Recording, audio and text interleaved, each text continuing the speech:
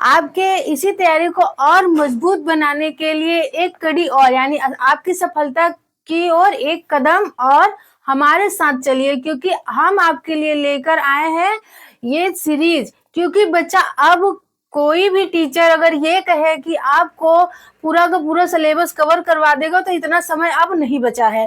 तो इसीलिए जितना भी समय है आपके पास उसमें आपकी तैयारी पूरी की पूरी होनी चाहिए और आपको अच्छे नंबर लाना है। तो उसी तैयारी में हम आपके लिए लेकर आए हैं सीरीज, जो कि बहुत ही महत्वपूर्ण है। इसी सीरीज को हम पूरी व्याख्या के साथ आपको समझाएंगे और आपकी तैयारी को और मजबूत बनाएंगे। तो ऐसे ही देखिए, आज मैं आपको लेकर आई हूँ हिंदी का पहला चैप्टर गद्य पद्य कैसे पढ़ना है आपको। पहले हम आपको बताएंगे कि हिंदी गद्य का विकास किस प्रकार से, उसका एक संक्षिप्त परिचय बताएंगे।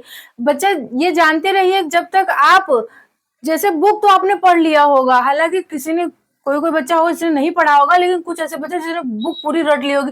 लेकिन होता क्या है, बुक पूरा रट लीजिए फिर भी चीजें समझ में नहीं आती है। फिर आपका दिमाग आता है कोई चीज शॉर्टकट हो। शॉर्टकट क्या है आपके लिए? अब सीरीज ही एक माध्यम है जिससे आप शॉर्टकट से अच्छी तैयारी कर सकते हैं। तो चलिए, सीरीज भी क्या है, आप खुद से तो अच्छे से पढ़ नहीं सकते, उसके लिए भी आपको टीचर की आवश्यकता पड़ेगी ही। तो बस इसीलिए हम चाहते हैं कि सीरीज आपको अच्छे से समझाएं और चीजें आपको अच्छे समझ में आए। हाँ बच्चों, अगर सीरीज को ऐसे ही पढ़ना चाहते हो तो चैनल को सब्सक्राइब कर लीजिए, क्योंकि अब हम आपको पूरी सीरीज चैप्टर बाय पूरा का पूरा एक्सप्लेनेशन के द्वारा आपको समझाएंगे। तो चलिए, आज हम सीरीज का पहला चैप्टर लेकर आए हैं आपके लिए, हिंदी गद्य के विकास का संक्षिप्त परिचय। आप सोच रहे होंगे कि इतना सारा लिखा हुआ है, कैसे पढ़ेंगे। देखिए बच्चा, इसमें बहुविकल्पी आपको पढ़ना है। हम आपको पहले संक्षिप्त परिचय देंगे, उसके बाद वन लाइनर क्वेश्चन यानी ऑब्जेक्टिव जो होता है वो भी आपको करवाएंगे। लेकिन सबसे पहले आपको इसका पूरा सारांश पढ़ना पड़ेगा, तभी आपको चीजें अभी मान लीजिए हम आपसे इसी में क्वेश्चन कर दें कि जो शुक्लोत्तर युग है छायावादी, वो कब से कब तक था।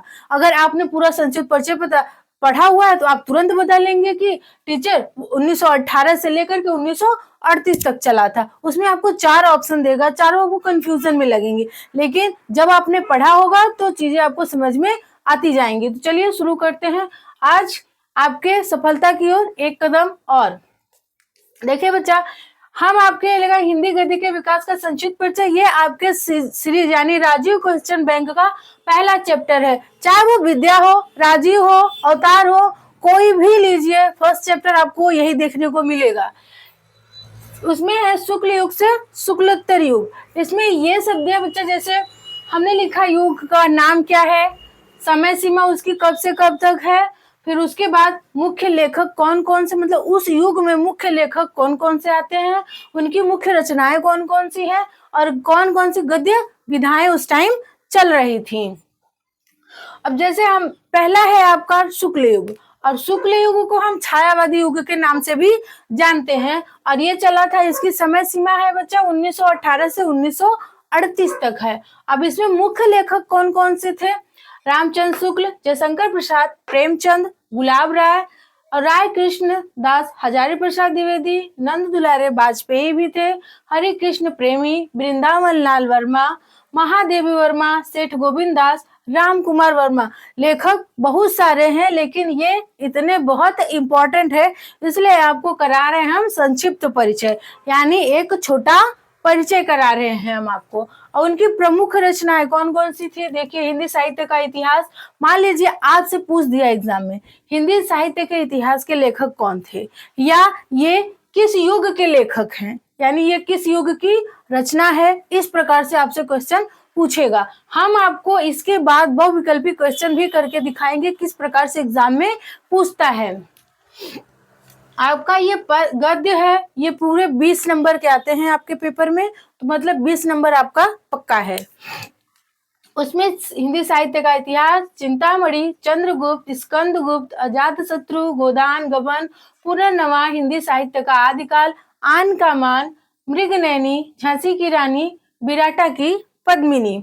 अब देखिए, गद्य विधा यानी शुक्ल युग में आपको जो शुक्ल युग छायावादी युग चल रहा था, उस टाइम कौन कौन सी गद्य विधाएं प्रचलित थी, निबंध हो गया, नाटक, कहानी, आलोचना, रेखा चित्र, संस्मरण, जीवनी, एकांकी और साहित्य का इतिहास। इस प्रकार से जो लेखक थे वो रचनाएं अपनी इनके माध्यम से, कुछ लेखक निबंध लिखते थे, कुछ नाटक लिखते थे, कुछ कहानी लिखते थे और कुछ आलोचक भी होते थे जो आलोचनाएं करते थे, कुछ रेखा चित्र, संस्मरण भी लिखते थे और वो जीवनी लिखते थे, एकांकी, साहित्य का इतिहास भी लिखते थे वो लोग। अब आइए नेक्स्ट आते हैं शुक्लोत्तर युग, यानी शुक्ल युग के बाद शुक्लोत्तर युग आया, जिसको हम छायावादोत्तर युग के नाम से भी जानते हैं और इसकी समय सीमा थी 1938 से लेकर के 1947 तक। समय सीमा बहुत इंपॉर्टेंट है, इसको अपने माइंड में कॉन्सेंट्रेट करके रखिएगा बच्चा। 1938 से लेकर 1947 तक, और उस टाइम जो मुख्य लेखक थे वो है शांति प्रिय द्विवेदी, हजारी प्रसाद द्विवेदी, रामधारी सिंह दिनकर जी हैं, भगवती चरण वर्मा, रांगे राघव, विनय मोहन शर्मा, लक्ष्मी नारायण मिश्र, राम वृक्ष बेनीपुरी, उपेंद्र नाथ अस्क, फणीश्वर नाथ रेणु। अब इनकी जो रचनाएं हैं, प्रमुख रचनाएं कौन कौन सी हैं? देशद्रोही, सिंदूर की होली, वैशाली की नगर वधू, चित्रलेखा, कब तक पुकारूं, झूठ सच, मैला आंचल फणीश्वर नाथ रेणु की है, जो कि देखिए इसमें राइटर आपके दिए गए हैं। माटी की मूर्ति, पृथ्वीराज की आंखें, गेहूं और गुलाब, आपके बुक में चैप्टर भी है गेहूं बनाम गुलाब। अब देखिए उस टाइम गद्य विधाएं कौन कौन सी थी? निबंध, आलोचना। देखिए निबंध और आलोचना आपके शुक्ल युग में भी मिलते हैं और शुक्लोत्तर युग में भी है, लेकिन इसमें क्या है, थोड़ा सा और बढ़ा करके है। अनुवाद हो गया, कहानी, संस्मरण, रेखा चित्र, जीवनी, नाटक, रिपोर्टाज एक और बढ़ गया, पत्र साहित्य ये भी है, आत्मकथा, यात्रा साहित्य आदि। अब देखिए बच्चा ये क्या हुआ आपका, इसमें एक और कड़ी है जो हम आगे जानेंगे। चलिए जानते हैं। आशा है चीजें आपको समझ में आ रही होंगी, क्योंकि ये हिंदी गद्य साहित्य का इतिहास है। अगर चीजें समझ में आ रही हैं, अच्छा लग रहा है तो वीडियो को लाइक करते चलिएगा।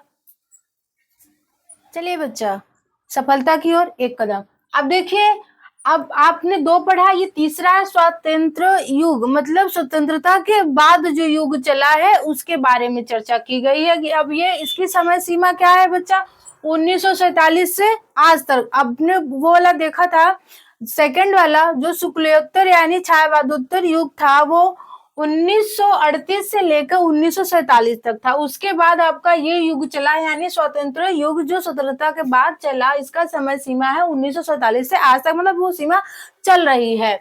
और इसमें मुख्य लेखक कौन कौन से, चलिए जानते हैं। अज्ञेय जैनेन्द्र हो गए, अमृतलाल नागर, उषा प्रियंबदा, हरिवंश राय बच्चन, विद्यानिवास मिश्र, विष्णु प्रभाकर, धर्मवीर भारतीय, जयशंकर प्रसाद भारतीय, नागा अर्जुन, मनु भंडारी, कमलेश्वर, भीष्म कहानी, मोहन राकेश, शिवानी और डॉक्टर नागेंद्र, ये है स्वतंत्र युग के मुख्य लेखक। अब इनकी मुख्य रचनाएं कौन कौन सी हैं बच्चा, देखिए। शेखर एक जीवनी, त्यागपत्र, लहरों के राजवंश, आषाढ़ का एक दिन, तीसरी कसम, आपका बंटी, तुम चंदन हम पानी, आवारा मसीहा, गुनाहों का देवता एक बहुत ही अच्छी कहानी है, कभी टाइम मिले तो पढ़िएगा, अनेक शोध। अब इसमें उस टाइम जो गद्य विधाएं थे कौन कौन सी चल रही थी उसके बारे में जानते हैं। ललित निबंध, वैसे तो निबंध चल रहा था, लेकिन ये 1947 के बाद जो स्वतंत्र युग चला उसमें ललित निबंध आ गया, गद्य गीत आ गया, रेडियो रूपक, हास्य व्यंग, इंटरव्यू, डायरी, यात्रा वृत्त, पत्र साहित्य, परिचर्चा, उपन्यास, कहानी, एकांकी और नाटक आदि। ये क्या है बच्चा, आपके स्वतंत्र युग के गद्य विधाएं। अब चलिए थोड़ी सा और हम पहले संक्षिप्त परिचय जानते हैं, उसके बाद हिंदी गद्य का विकास का भी संक्षिप्त परिचय थोड़ा सा जान लेते हैं। किस प्रकार से खड़ी बोली का विकास कब से कब तक हुआ, उसमें भी कई युग में उसे बांटा गया है, वो कब से कब तक चला, अब उसके बारे में थोड़ा सा जान लेते हैं।